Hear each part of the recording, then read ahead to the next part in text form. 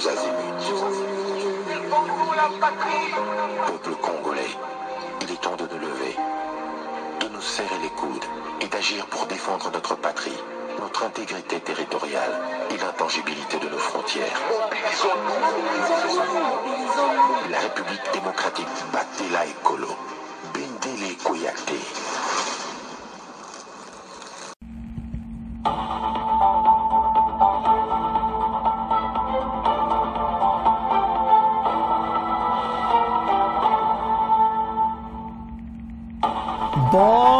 Bonsoir, bonsoir, bonjour.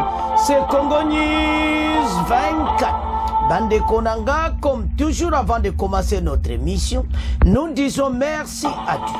Nous disons merci à nos chers abonnés et téléspectateurs qui nous suivent partout dans le monde et en RDC.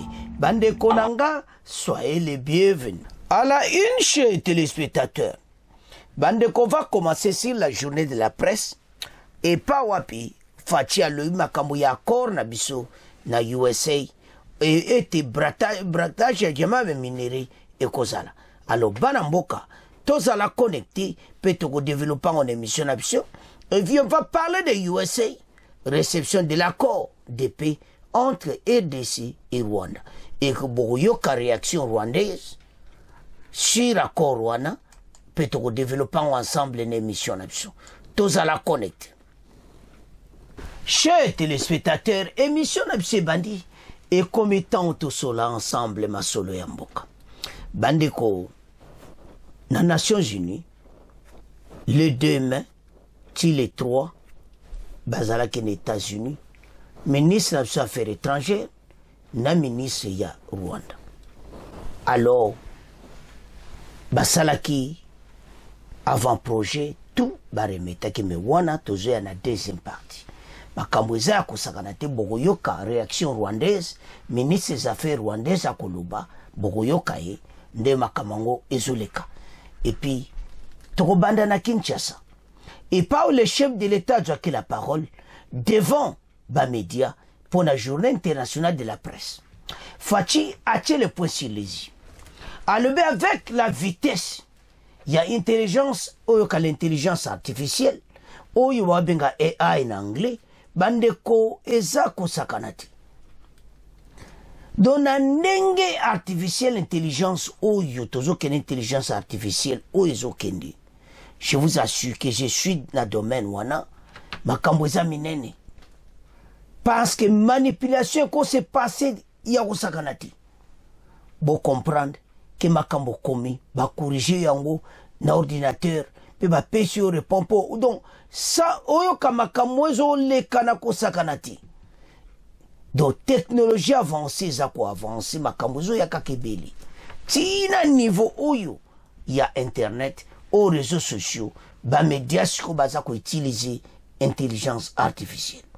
Alors fachi abenda ki matoi na banamboka koyebisa ba mais bobika mokonza mboka toujours alobana po tozana lelo na temps tozana tala bandeko tozana temps moko difficile pour le moment oyo ba media pene fo ba so place na bango soki nazotala oyo nyonso ezoleka pour le moment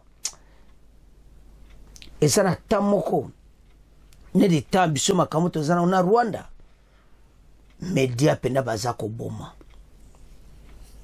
So talio média zoloba et ça penza et un problème et senga congolais nyonso atelema o azana média et ça bitumba pourquoi bamba gagne biso na média totelema. Le président de la République démocratique du Congo Félix Tshisekedi exhorte les journalistes congolais à faire preuve de responsabilité et de conscience professionnelle. Il a dit à l'occasion de la célébration de la 32e journée mondiale de la liberté de la presse, ce lundi 5 mai, dans un contexte de conflit dans l'est du pays où l'armée fait face aux rebelles du M23 soutenus par le Rwanda. Donc, tozana tamoko mabi. Oyo, tozana tamoko abienti. Oyo bozomona que mboka eza attaqué. Alors maintenant ba journaliste baza na langage ya malamu ezosala propriété komona ke ba journaliste congolais bazoloba vérité ti bazo manipuler information ka ndenge moko na ba rwandais na bato balingi mboka na biso te. Alors soko otala biloko ya ndenge wana ezosala kitoko te. Il y a un chef de l'État bête qui c'était la journée mondiale de la presse. Dans son discours, le chef d'État a insisté sur l'importance de la rigueur de la loyauté dans le traitement de l'information. Il a rappelé que la liberté d'information, bien que sacrée, doit s'accompagner d'une éthique irréprochable et d'un engagement vers la vérité et l'intérêt supérieur du peuple congolais. Donc, d'une éthique oyokaka irréprochable, tout développer ma soeur. Et jamais la frontière entre les deux n'a été aussi fine. Alors que notre pays fait face à une agression extérieure brutale qui viole notre souveraineté, il doit simultanément faire face à une autre guerre, plus insidieuse, celle de la manipulation, de la propagande et du brouillage de la vérité.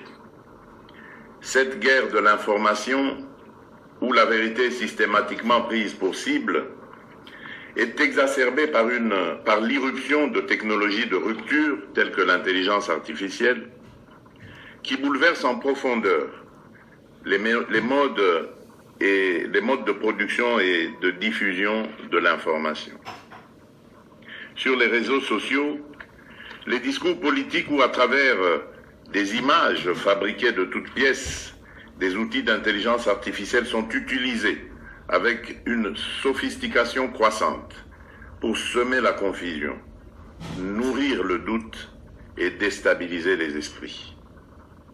Certes, l'intelligence artificielle est une révolution technologique qui transforme notre monde à une vitesse fulgurante, car elle offre des opportunités extraordinaires pour les médias, des outils pour analyser des données complexes, pour produire des contenus plus rapidement, ou encore pour atteindre un public plus large. Mais elle comporte aussi des risques majeurs, notamment celui de la désinformation.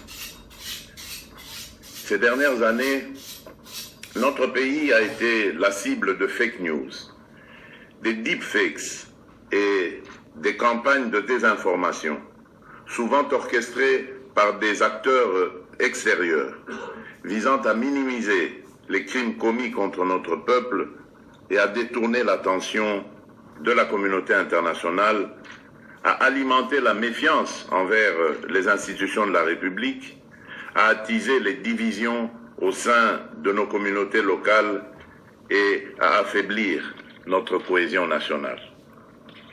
En illustration de mon propos, je ne peux passer sous silence les nombreuses manipulations médiatiques autour du partenariat stratégique en cours de finalisation entre la République démocratique du Congo.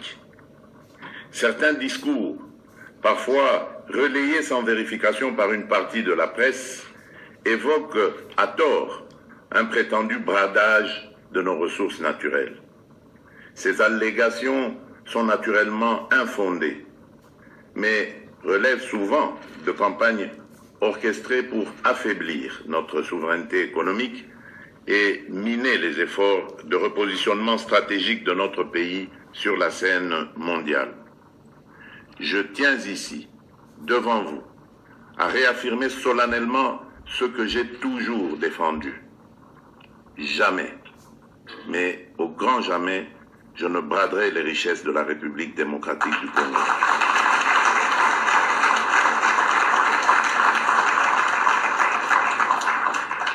J'en ai fait le serment devant la nation et je m'y tiendrai jusqu'au bout.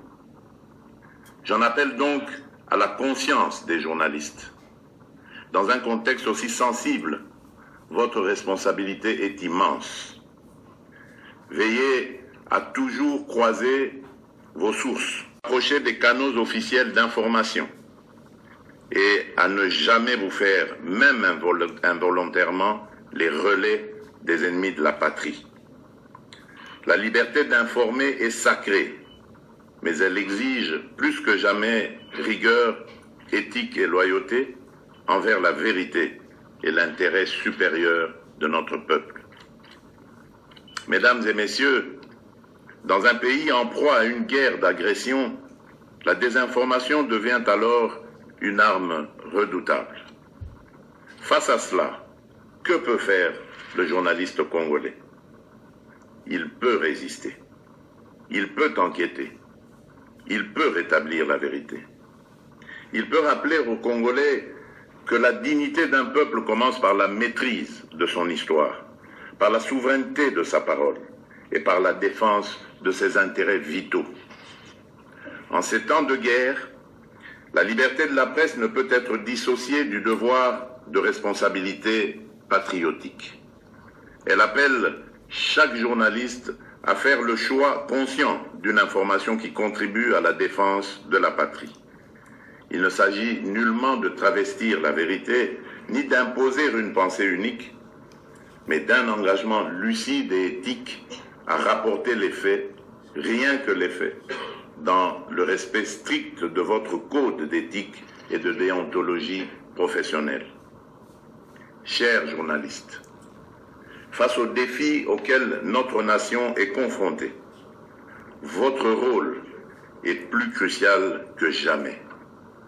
Vous êtes les gardiens de la démocratie, les sentinelles de la vérité. Ceux qui, par leur rigueur et leur éthique, peuvent contrer ces vagues de désinformation. Vous êtes surtout les gardiens d'un espoir, celui d'un Congo libre, informé et debout. À vous, je lance aujourd'hui un appel solennel. Soyez les gardiens de notre mémoire collective. Dans les jours sombres, c'est votre plume, votre micro, votre image qui peuvent ouvrir les chemins de la lumière. Documentez les faits, donnez la parole aux victimes et refusez de céder à la peur ou à la manipulation. À cet égard, je salue particulièrement les efforts de ceux d'entre vous qui, malgré les risques, continuent de rapporter la vérité depuis le front et les zones sous occupation ennemie. Votre action est un pilier de la cohésion nationale, un rempart contre les discours de la haine. Elle est une arme passéaliste de ceux qui veulent faire de notre pays un champ de ruines et de mensonges. La nation se dressera toujours aux côtés de ces journalistes intègres, de ces médias responsables et de toutes celles et ceux qui refusent que la vérité soit mise à genoux. Je me réjouis sincèrement de constater que, bien au-delà des faits, bien au-delà des défis actuels, vous demeuriez pleinement engagé dans l'esprit des réformes du cadre légal et réglementaire pour l'assainissement de notre espace médiatique. Dans cette dynamique, je salue d'une part l'élection d'un nouveau comité dirigeant à la tête de l'Union nationale de la presse du Congo, l'UNPC, appelé désormais à jouer un rôle déterminant dans la restauration de l'ordre et de la rigueur professionnelle au sein du secteur des médias. D'autre part, je salue également l'élaboration de textes réglementaires destinés à assurer la mise en œuvre effective des dispositions contenues dans l'ordonnance loi numéro 23/009 du 13 mars 2023, fixant les modalités d'exercice de la liberté de presse, de la liberté d'information et de la liberté d'émission par la radio, la télévision, la presse écrite ou tout autre moyen de communication en République démocratique du Congo. Parmi les avancées majeures introduites par cette ordonnance loi, je tiens à mettre en exergue la clarification de la définition du journaliste professionnel et de l'entreprise de presse, la reconnaissance officielle des médias en ligne, communautaires et associatifs, le renforcement des pouvoirs du Conseil supérieur de l'audiovisuel et de la communication, ainsi que la reconnaissance légale de l'Union de la presse du Congo, l'Union nationale de la presse du Congo. L'instauration d'un régime de sécurité sociale pour les journalistes et la mise en place de mesures de soutien à la viabilité économique des médias, conditions essentielles pour garantir leur indépendance. Ces progrès sont le fruit d'un dialogue républicain fécond, d'un engagement collectif animé par la volonté de faire de la presse congolaise un véritable pilier de la démocratie, de la paix et de la cohésion nationale. J'en appelle à toutes les parties prenantes. Poursuivons sans relâche cet élan de réforme. Œuvrons ensemble pour qu'il porte davantage de fruits au service d'une presse réellement libre, indépendante, éthique et professionnelle, respectueuse des règles déontologiques, des bonnes mœurs et des lois de la République. La liberté de la presse, liberté d'expression, il faut l'accompagner avec une éthique irréprochable. Donc, de dire la vérité, rien que la vérité, et pas les Congolais. Pourquoi tu as ça? Et puis tu as un moment dans un contexte, tu as un Rwanda. Rwanda a ça, bisoumo pi ba Congolais, tu as ça. Peuple a cause information. Bolandi le chef de l'État n'a lobby wana. A lobby que brassage na brague a minéré na biso jamais. Et ça na contexte wana te accord aussi na ba américain. Et ça va remplacer la sécurité parce que le tokoyo kanana Rwanda. Rwanda za muto tia bana ko débrouiller ka akota. To lingi yangote. Alors, situation tozo vivre ça que battu faut pas comprendre. Position au yotoza. Parce que ba Congolais l'era Kabila bozaka ta la liberté de la presse. Mais l'autre dit liberté de la presse, mais batu bazo continuer ma bé. Batu bazo travailler na ndenga malamu te bazo loba n'importe quoi. Alors que il fallait tout ce là. Na l'era Kabila mutu mota za ko jwa micro a critiquer Kabila. Mais les lo bazo critiquer Fachi. Voilà la différence. Il y a démocratie. Mais batu bazo monati. Mais le que ça la maweza des manipulations des données. Ba Rwandais baza ko kenena vitesse le kuta ko sakanati n'internet. Makambo tozo butsa nango makambo a est. Bango ba chanja kango ba monisi ba Congolais passe. O kutu basi ba botoli mboka boy. O kutu basi ba sali mboka boy. Leo to shiko api. Gero bamba luka keo. Au monte que Basuki, guerre aux ajoutés. Alors, le président de la République a reproché aux journalistes et ça qui en tout cas m'a kamalu coûté les kimingi. Nde konanga soza na information te, tika couper sa message. Alors, ti comme pas mutamba bakanga ka journaliste o bakosa kawana. Parce que soba bani ko kanga bango. Bakotika aza ko reporter makambo okutu ezate yo du makambo wapi o invente kaka o chaka mboka mobulu bandeko zama il y a d'autres même qui disent ce sont des révélations ou comme ce que pasteur ou za ko révéler na kata réseaux sociaux donc on ne comprend plus rien makaba politique bako kanga bino na aner. Après, on le voilà, le gouvernement, mais vous êtes en train de mentir. Et là, on est le col va célébrer journée où il y a une décision que le col président Félix a lobby. Nous avons fanatique à mensonge. Ce n'est pas possible. Alors, Fatia lobby sur point très important, Hollandi, a confirmé les Congolais et il y a un brassage à minéral à Césati. Donc, oyo batoazo kansaki ba minere na biso e koma donc nazo e bate ba imposer biso si quoi non.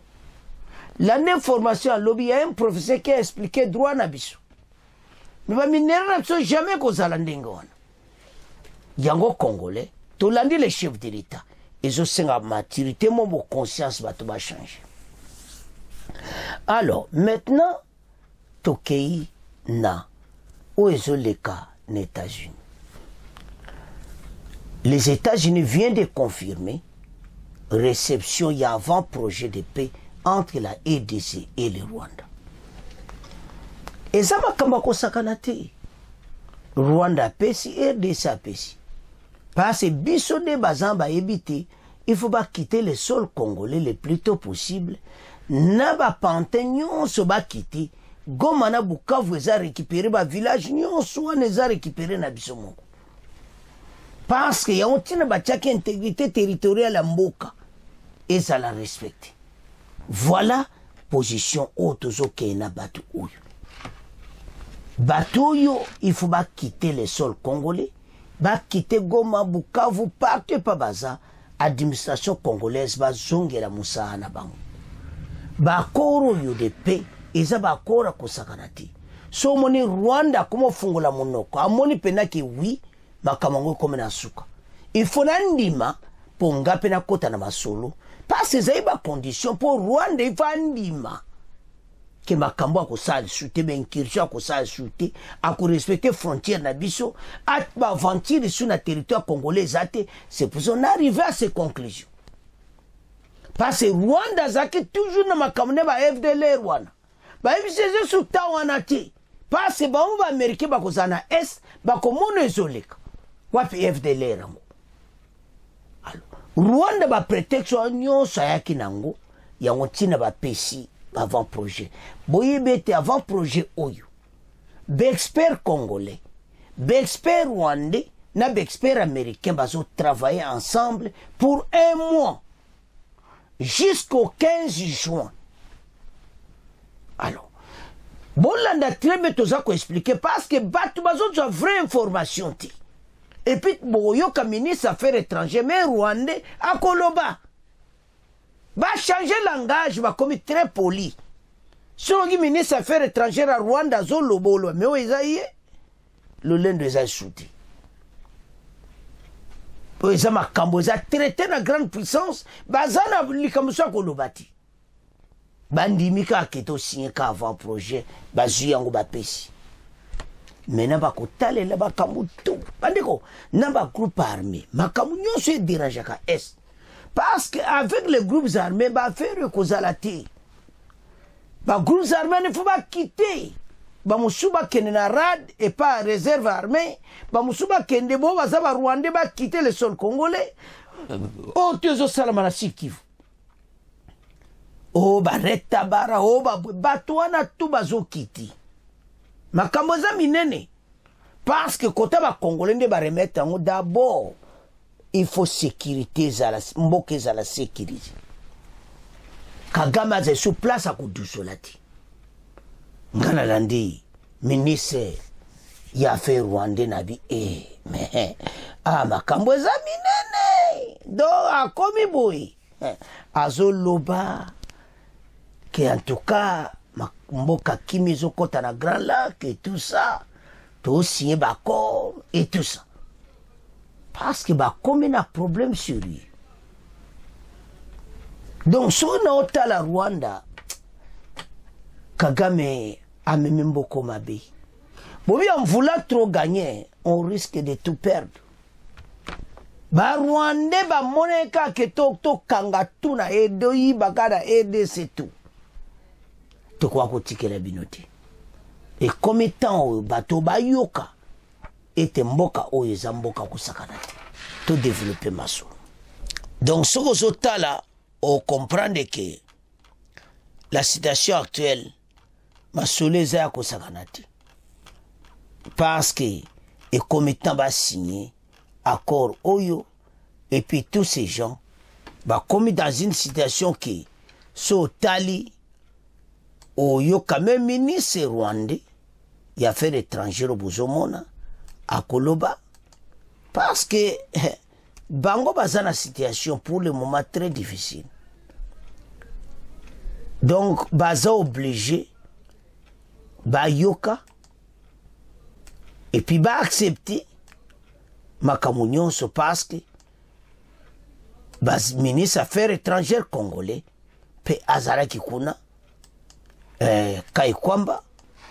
Donc eza vraiment bato yo ba so talment nde ba komo loba oloba mais eux sur eza bango oui ba comme dans une situation où il faut ba respecter bato ça voilà parce que makambo oyo tozobunda nango à l'est nde bozomona Kaikwamba asukisi ministre oyo akoma devant une situation difficile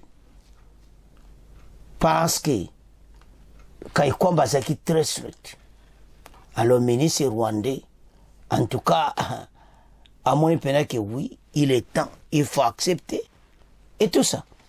Donc c'est ça ndenge toza na position toza na la RDC a comme peine na position oyo ki bato il faut bayoka ba Rwandais bazali kosakana na est mais lelo na ndime soute. Voilà. Alors tout développer maso tout tanga d'abord. RDC Rwanda, un draft de projet d'accord de paix soumis officiellement aux États-Unis. Les États-Unis ont confirmé avoir reçu un projet d'accord de paix entre la République démocratique du Congo et le Rwanda. L'annonce a été faite ce lundi 5 mai par Massad Boulos, conseiller principal pour l'Afrique au département d'État américain. J'ai salué le projet de proposition de paix reçu de la RDC et du Rwanda, a déclaré le diplomate américain sur compte X. Il estime qu'il s'agit d'une étape importante vers le respect des engagements pris dans la déclaration des principes et a exprimé son espoir voir les deux parties maintenir leur engagement en faveur de la paix. Ce projet d'accord, suivi à la suite d'une déclaration des principes signée le 25 avril à Washington entre les RDC et le Rwanda sous la médiation américaine. Cette déclaration d'intention visait à poser les bases d'un accord global pour promouvoir la paix et le développement économique dans la région des Grands Lacs, tout en mettant fin au conflit qui ravage l'Est de la RDC. L'Est de la RDC est le théâtre d'affrontement entre l'armée congolaise et le groupe rebelle du M23 soutenu par le Rwanda.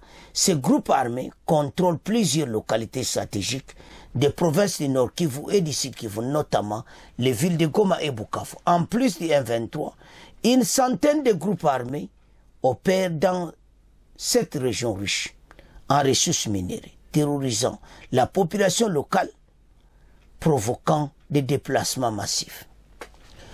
L'annonce de ce projet d'accord intervient alors que la RDC et les États-Unis négocient également un partenariat stratégique sur les minéraux critiques. Cette entente en cours de discussion vise à offrir aux entreprises américaines un accès privilégié aux ressources minières stratégiques de la RDC, telles que le cobalt, le coltan et le lithium. En échange, les États-Unis s'engager à fournir une assistance sécuritaire pour aider la RDC à lutter contre les groupes armés qui déstabilisent la région. Alors, ce tala makambo eza ya kosakana te, Maboulos alobaki yango directement ce lundi. Alors, ministre rwandais des affaires étrangères nde bomona yepa ekoloba. Alors, toyoka ministre des affaires rwandais bongo to avancé. Le 2 mai, les deux parties ont soumis leur contribution aux États-Unis, à la partie américaine, qui va consolider, qui va mettre en place et finaliser un projet d'accord de paix entre les deux pays. Nous, les ministres des Affaires étrangères, nous allons nous rencontrer dans la 3e semaine de mai pour finaliser ce projet d'accord qui aura été discuté par des experts auparavant. Et puis, on espère qu'à la mi-juin, il y aura une signature de cet accord de paix à la Maison-Blanche, donc avec le président américain Donald Trump, les 2 présidents concernés, mais également les présidents des pays ou des communautés qui ont joué un rôle dans la médiation. Le chef d'État, puisqu'il y a l'émir du Qatar, il y a le président togolais, bien sûr, qui est le médiateur africain, et aussi le président kenyan qui représente l'EAC, et le président zimbabwéen qui représente la SADC. Donc, on espère que si tout va bien, donc on aura un accord de paix qui va nous permettre d'aboutir à une paix définitive dans la région. Bandeko tolandi biso nyonso ministre des affaires rwandais nde bomoni wana kai kwamba akokate même le bazala kuna tala bandeko biso tozana ministre des affaires étrangères bomoni oyoka baonde azoloba uzoma ka ondire oyeba te kuta ministre des affaires étrangères donc soko zoyo ka biso ezala anglais apamba oyo kai kwamba zoloba ba rwandais bazokokati makambo tozoloba mino ke toza vraiment oyo kaka na expert na diplomatie match onde ezokende ba rwandais bapoli tokumisa oyo kaka mokonzi ya mbongo na direction na ye surtout mina fete kai kwamba alors tosonga na dossier tolandi ndenga expliquer wa ba rwandais bazwi bango do baze suna shwati makambo basinye kuneza makambo kosakana te fo ba respecter yango ba américain ba beti sete ba l'accès pour autorité na bango nde boyo ke ministre Rwanda comme ko lo bango ne donc aso lo bango donc na lo banini na komikitsa nyonso donc abi pena pe côté na Grand Lac to signé to pesi makambo tu be expert ba okutana makamba lobby donc ndengeza be expert ba kokutana be expert congolais rwandais ne be expert américain ba ko traiter en do pendant un mois donc tant to comme à peu près ba le 15 juin ba ya ko signer président Kagame président Fachi en présence il y a présent il y a SADC na présent il y a EAC parce que les 2 pays baza quoi appartenir na organisation en africaine et puis na présent togolais ou union africaine représentant union africaine par la présent bako signer avec Donald Trump Tshisekedi Fachi et puis avec ba témoin na bako la présent makamona eza historique comme on a l'est de la RDC koza la Pacifique ba entreprise américaine ba koyana est ba ya kuta sécurité avant to comme fin du mois ya oyo bata Qatar pe ba silisi ba pantin déjà na ba Rwanda ba bane ko kanga jabila bisaka na bango nde to lo ba ibaba ubanda ja ko kanga yango bakindi makabadoa kuna basuki parce il n'y a pas de brassage oh boy bakota oh no bakota armée biloko anati nde tolo na doa masolo pezo ya to esa ba congolais et makambo eza en faveur na biso président rwandais la zolobana azondima oui accord ekoti et tout ça bakoma kena suka o nde fatia zai koluka nde yango oyo ba Rwandais baboya ko sinyango na Luanda et pas présent ngoli donc c'est la même chose c'est l'accord de Luanda au ba américain ba petit city qui intégrité territoriale et de ces a même pas discuté et ça coûte l'eau mongoti on se mona alors tu coopérer na bango économiquement c'est d'ailleurs on sobo minéré yango ntina faci abetaki sete na journée ya mondiale ya la presse ke brassage ya baminere na biso ekozala te. Alors oyo tu nini bajournaliste alokuta biso ntango toyaka topesi information olandi otali oyoki ocomprendre ke oui c'est comme ça. Tolandi ministre rwandais des affaires étrangères azalaki kuna na Kaikwamba bapesi nyonso ndenge ya lobi. Donc bokomona mikolo nde masolo ezokende bokokomprendre ke pepe nde ekoti na région kimia pende ezokota. So oyoki Rwanda akomoloba boye c'est-à-dire bakomi mpe na suka baza na choix te fo baaccepte mena. Toyebi bien que pour le moment bayibi penza bakolta bayibi akosakana te me bayeba ete oyo boyibi wana bokoma na suka. Biso mo bankolo masolo tozo récupérer ba plan tout. Alors mende eloko tozo senga bakonzi na kati ya makambo oyo te bayokana bopesa ide oyo que il faut ba dédommager ba batu nyonso wana batu bakufi ebele. Epi na yebi ete makambo ndenge kosuka lelo makambo nyonso esili bomona kaka calme boyo kaka boye CPI boye tabata M23 bakosuka na ba CPI babomi trop baza lelo mote bakoparticipe wana boyoki na États-Unis bazotanga bango baotanga bango te bapante te promesse ezalaki yende Kagame asigné na faci c'est tout. Bato atu batika leloko te mena akora Nairobi yango eza na dogo ntango baza oyesemba Congo voilà gouvernement négocier na bango boyebaki te talomo makambo yango siko boloba faci comment négocier na Kagame te makanka balobi yango wana la liberté d'expression ce n'est pas dire qu'il faut mentir, il faut insulter Kokosa et tout ça. Non, on n'a pas besoin de ça.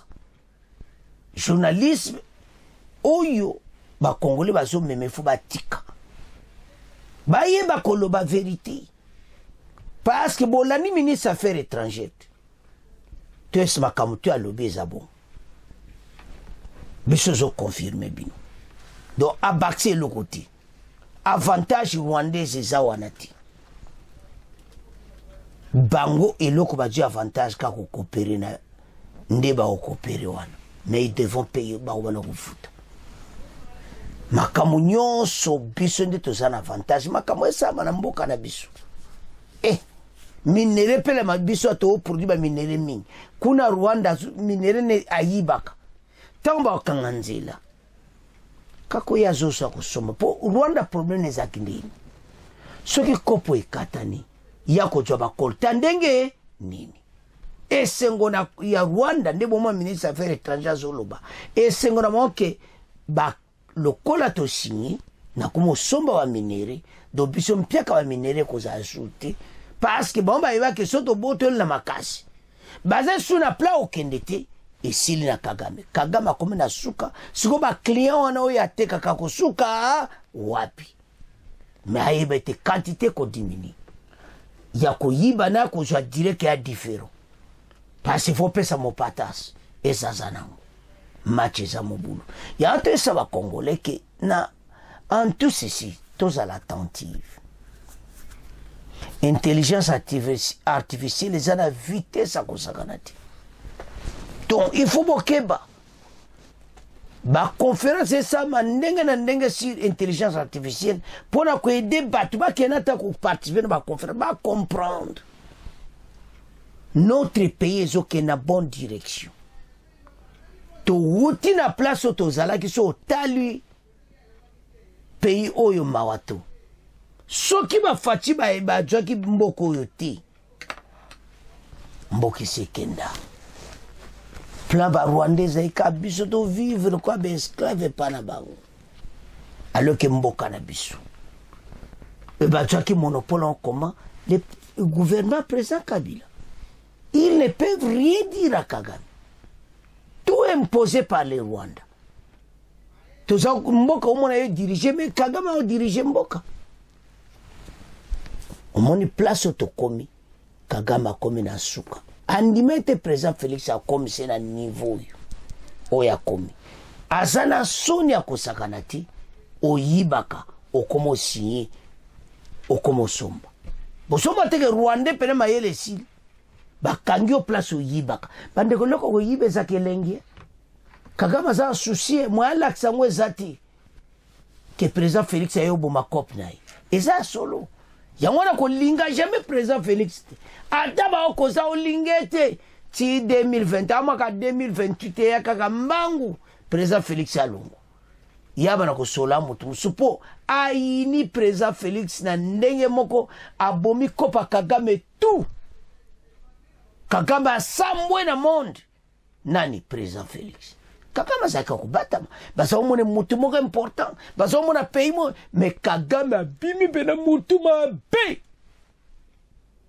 ministre affaires étrangères d'Azoluba na soni makaba le vérité c'est comme ça nde toke zomona basana mwe sengo pona ni parce que meneto comme na kati ya cadre ya ba affaire baba na kosomba soko ezaike to tshebo mpena embargo mais Kagame obe alibomati ba clé azana bango na oyiblo mo yibe za ko sakana ta tuna me bato adiamba bango ba e place bateka ka diamba me yo oye bate omone ka nango me ya e place asombaka ndenge Kagame azai ko sopere à l'est ba ebi place ba benda ka ba pla amona ka président mo ba ikaka le président Félix Tshisekedi lera ya monka opena ozoeka nde na zwa Kabila ataka bwe makambo ebani ko changer abino tokota rébellion bakoti rébellion pam ba eba mona kaka mais mutu aza messi rébellion sili batale entre ba bino kopi kufi ala ba ko mona mbala mo ba américain ba ko funa bonte obana kosomba na yo mais signé awa bakoro yo ke yo okokote suna RDC frauduleusement parce bazo bende matoi makamutu bazo kebisa bongo za bisoti kaka ye muyibi bato bayibaka parce loko oyibe ya kelengi ka papa obendi mais kota bakata kango mama na ngai ya Kagame bakomaki na kolei. Ils sont arrivés à la fin. Les Camerounais ont aussi la gati. Guerre ici, mais va continuer à inclure et te va dédommager la famille en dengue ça mena qui s'engage. Il faut une caisse. Il y a Génocos et Salama pour na esta et d'ici. Et Belé na ebe en tout cas pas kusuka na ces pays. On a beaucoup de choui. Kapona va minéré. Yanga ba démocrate na zana kanda na mwaba américain. Joe Biden dossier ume la mesa bana ba sola na fachi. Tala le Trump a ekubenda dossier. Ça mawa. Alors, je vous assure que c'est la fin de la guerre. Donc bobo sano guerre boza souti. Bolandi président rwandais. Bo mona clairement position to komi et comme que makambo isili. Alors, bana mboka. Tout tellement pour l'intérêt de la nation. Yo journaliste aux Hollandais d'émission. Bolo ba vérité. Ce que mission ezate Luka ya vrai zanango. Luka tabe écrit otie bat ozo expliquer que ndenge eza ezabo. Bat ba mona ke makambo lobi eza solo ke boyela biso ba midi à 14 des mensonges, des manipulations. Oyo ba Rwandais ba sangana ba Congolais baza ko détruire mboka. C'est à ce point to comment clôturer mission na biso. Bon, continuez à s'abonner. Yonde konano s'abonner, te s'abonner. Au revoir. À la prochaine.